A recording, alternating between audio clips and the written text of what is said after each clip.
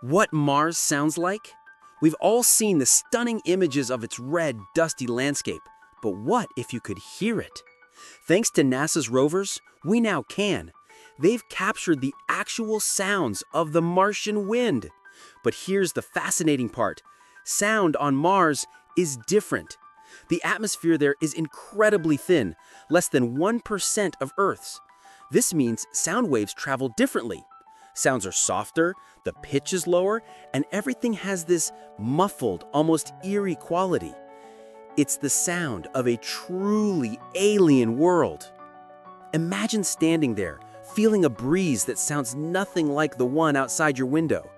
The wind whispers secrets of a distant planet, a quiet, haunting melody across a desolate expanse. So next time the wind blows here on Earth, close your eyes for a moment. Imagine how different, how strange it would sound on Mars. Thanks for watching.